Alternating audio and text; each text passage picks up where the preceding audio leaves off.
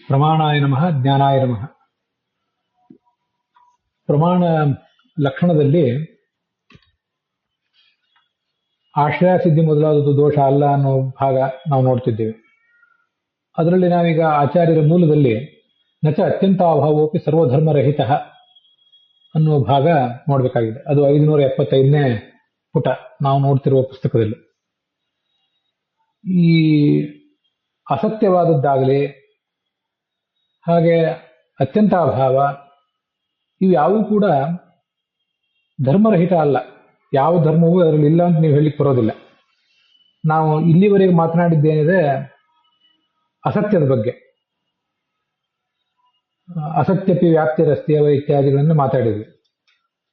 ಅಲ್ಲಿ ಹಿಂದಿನ ಮೂಲದಲ್ಲಿ ಬರುವುದಕ್ಕಿಂತ ಹೆಚ್ಚು ಸ್ಪಷ್ಟವಾಗಿ ಈ ಮೂಲದಲ್ಲಿ ಆಚಾರ್ಯ ಹೇಳ್ತಾರೆ. ಅದನ್ನು ಗಮನಿಸಿ. ಅತ್ಯಂತಾಭಾವೋಪಿ, ಅತ್ಯಂತಾಭಾವವೂ ಕೂಡ ಅಂದ್ರೆ ಅಸತ್ಯವೂ ಕೂಡ. ಹಿಂದೆ ಅಸತ್ಯದ ಬಗ್ಗೆ ಹೇಳಿದ್ವಿ. ಅದರಲ್ಲಿಯೂ ಈ ಹೇತು ಮತ್ತು ಸಾಧ್ಯಗಳಿಗೆ ವ್ಯಾಪ್ತಿ ಬರಬಹುದು. ಅಸತ್ತಿನಲ್ಲಿ ವಿಶೇಷಣತ್ವ ಬರುವುದಾದ್ರೆ ಈ ಸಾಧ್ಯ ಸಾಧನಾಶ್ರಯತ್ವ ವ್ಯಾಪ್ತಿ ಮೊದಲಾದದ್ದು ಯಾಕೆ ಬರಬಾರದು? ಅದು ಹಿಂದಿನ 574ನೇ ಪುಟದಲ್ಲಿ ಆ ವಿವರಣೆಯಲ್ಲಿ ನಾವು ನೋಡಿದ್ದೇವೆ.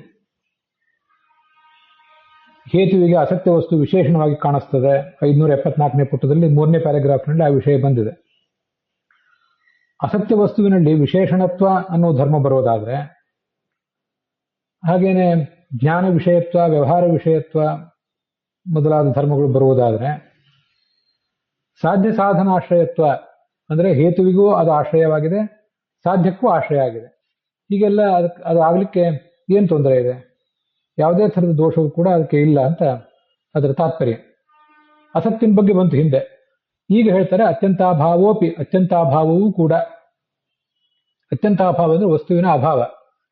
ಇದು ಈ ಅತ್ಯಂತಾಭಾವ ಅನ್ನೋದು ಅಸತ್ತಲ್ಲ, ಇದು ಸತ್ಯ. ಇದು ಅದ್ರ ಬಗ್ಗೆ ಈಗಿಲ್ಲಿ ಹೇಳಲಿಕ್ಕೆ ಹೊರಟಿದ್ದಾರೆ. ಅತ್ಯಂತಾಭಾವನೂ ಕೂಡ ಧರ್ಮರಹಿತ ಅಲ್ಲ.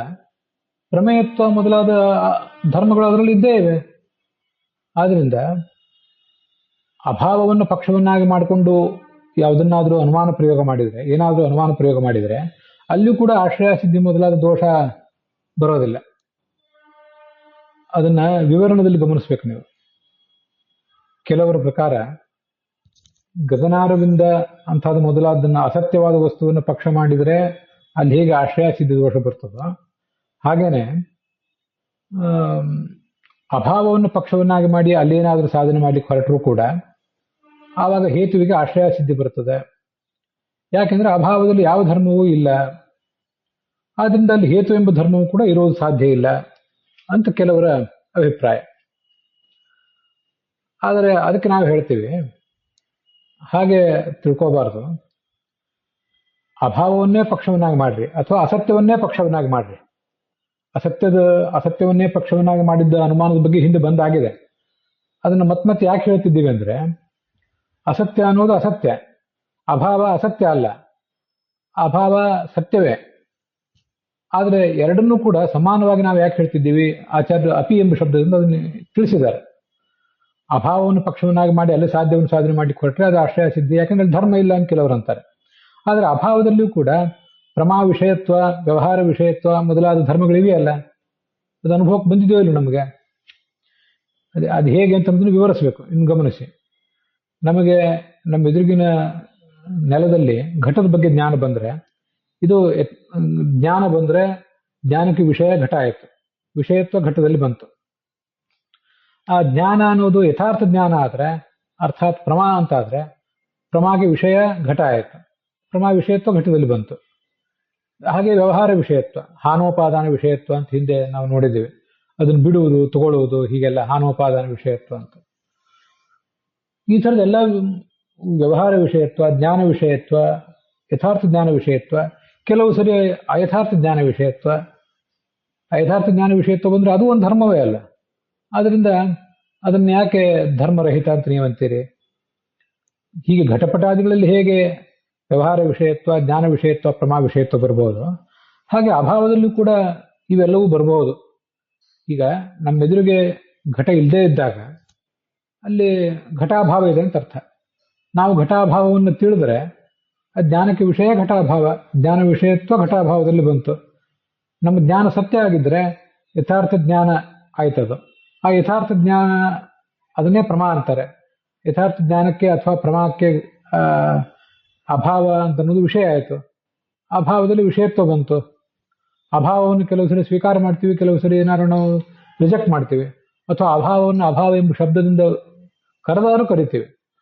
ವಾಚ್ಯತ್ವ ಇದು ನೋಡಿ, ವಾಚ್ಯತ್ವ ಜ್ಞೇಯತ್ವ. ವಾಚ್ಯತ್ವ ಅಂದರೆ ಹೇಳಲ್ಪಡುವಿಕೆ ಅಂತ ಅರ್ಥ. ಯಾವುದಾದ್ರು ಒಂದು ಶಬ್ದದಿಂದ ವಾಚ್ಯವಾಗಿರುವುದು, ಯಾವುದಾದ್ರು ಒಂದು ಜ್ಞಾನಕ್ಕೆ ವಿಷಯವಾಗಿರುವುದು ಅಂತ ಹೀಗದರ ತಾತ್ಪರ್ಯ. ಅವೆಲ್ಲ ಅದರಲ್ಲಿ ಇದ್ದೇ ಇದೆ. ಅಭಾವವು ಕೂಡ ಪ್ರಮೇಯ, ಅರ್ಥಾತ್ ಪ್ರಮಾಕ್ಕೆ ವಿಷಯ ಆಗಿದೆ. ಆದ್ರಿಂದ ಅಲ್ಲಿ ಪ್ರಮಾ ವಿಷಯತ್ವ ಅನ್ನೋ ಧರ್ಮ ಬಂದೇ ಬರ್ಬೋದು. ಆದ್ರಿಂದ ಅಲ್ಲಿ ಹೇತುವು ಕೂಡ ಬರ್ಬೋದು. ಆಶ್ರಯ ಸಿದ್ಧಿಗೆ ಅದೇನು ಒಂದು ಉದಾಹರಣೆ ಏನಲ್ಲ ಅದು. ನಮ್ಮಲ್ಲಿ ಎಲ್ಲ ಕಡೆನೂ ಸಮಾನವಾದ ಮಂತ್ರ. ಹೇತು ಮತ್ತು ಸಾಧ್ಯಗಳಿಗೆ ವ್ಯಾಪ್ತಿ ಇದೆಯೋ ಆ ಅನುಮಾನ ಸದನುಮಾನ. ವ್ಯಾಪ್ತಿ ಇಲ್ಲದೆ ಹೋದ್ರೆ ದುಷ್ಟ ಅನುಮಾನ. ವ್ಯಾಪ್ತಿ ಅಂತನ್ನೋದು ಯಾವುದೇ ಅನುಮಾನಕ್ಕೆ ಅದು ಮೂಲ. ಅದಿದ್ರೆ ಆಯ್ತು. ಮತ್ತೆ ಅಸತ್ಯವನ್ನು ಇಟ್ಕೊಂಡು ನಾವೇನೋ ಒಂದು ಸಾಧನೆ ಮಾಡ್ಲಿಕ್ಕೆ ಹೊರಟವಲ್ಲ, ಹಿಂದೆ ನೋಡಿದೀವಲ್ಲ, ಒಂದ್ಯಾಸುತ ಅವನು ವಕ್ತ ಅಲ್ಲ ಯಾಕೆಂದ್ರೆ ಅಚೇತನ ಆದ್ರಿಂದ ಅಂತ. ಅಲ್ಲಿ ಒಂದ್ಯಾಸುತನನ್ನು ಬುದ್ಧಿವಂತ ಅಂತ ಸಾಧನೆ ಮಾಡ್ಲಿಕ್ಕೆ ಹೋದ್ರೆ ದೋಷ ಬರ್ಬೋದು.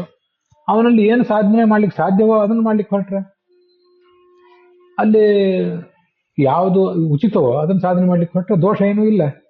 ಹಾಗೇನೆ ಇಲ್ಲಿಯೂ ಕೂಡ ಯಾವುದೇ ಥರದ ದೋಷ ಇಲ್ಲ. ಅಭಾವವನ್ನು ಸಾಧನೆ ಪಕ್ಷವನ್ನಾಗಿ ಮಾಡ್ಕೊಂಡ ಮೇಲೆ ಅದಕ್ಕೆ ಉಚಿತವಾದ ಸಾಧ್ಯವನ್ನು ಸಾಧನೆ ಮಾಡಬೇಕು. ಈಗ ಉದಾಹರಣೆಗೆ ಅಭಾವ ಪ್ರಮೇಯ, ಯಾಕೆಂದ್ರೆ ಅಭಾವತ್ವ. ಹೀಗೆ ಏನಾದ್ರೂ ಒಂದು ಹೇತು ಮುಂದೆ ದೊಡ್ಡದಲ್ಲ, ಏನಾದರೂ ಒಂದು ಹೇತುವನ್ನು ಮಾಡಬಹುದು. ಆ ಹೇತುವಿಗೂ ಸಾಧ್ಯಕ್ಕೂ ವ್ಯಾಪ್ತಿ ಇರೋದು ಮುಖ್ಯ. ಅಭಾವವನ್ನು ಪ್ರಮೇಯವಾಗಿದೆ ಅಂತ ಯಾರು ಸಾಧನೆ ಮಾಡಿದರೆ ಅದಕ್ಕೆ ಯಾವುದೇ ಥರದ ದೋಷ ಇಲ್ಲ. ಅಭಾವ ಸತ್ಯ, ಯಾಕೆಂದ್ರೆ ಪ್ರಮಾಣ ಸಿದ್ಧತ್ವ, ಪ್ರತ್ಯಕ್ಷ ಪ್ರಮಾಣದಿಂದ ಸಿದ್ಧವಾಗಿದೆ. ಆದ್ರಿಂದ ಪ್ರಮಾಣ ಸಿದ್ಧತ್ವ ಎಂಬ ಹೇತು ಇರೋದ್ರಿಂದ ಸತ್ಯತ್ವವನ್ನು ಸಾಧನೆ ಮಾಡಿದರೆ ಅಂಥ ಅನುಮಾನ ಪ್ರಯೋಗ ಮಾಡಲಿಕ್ಕೆ ಯಾವುದೇ ರೀತಿಯಾದ ತೊಂದರೆಯೂ ಇಲ್ಲ. ಏನು ಅನುಮಾನ ಪ್ರಯೋಗ ಮಾಡ್ತೀರಿ ಅನ್ನೋದು ಮುಖ್ಯ ಅಷ್ಟೆ.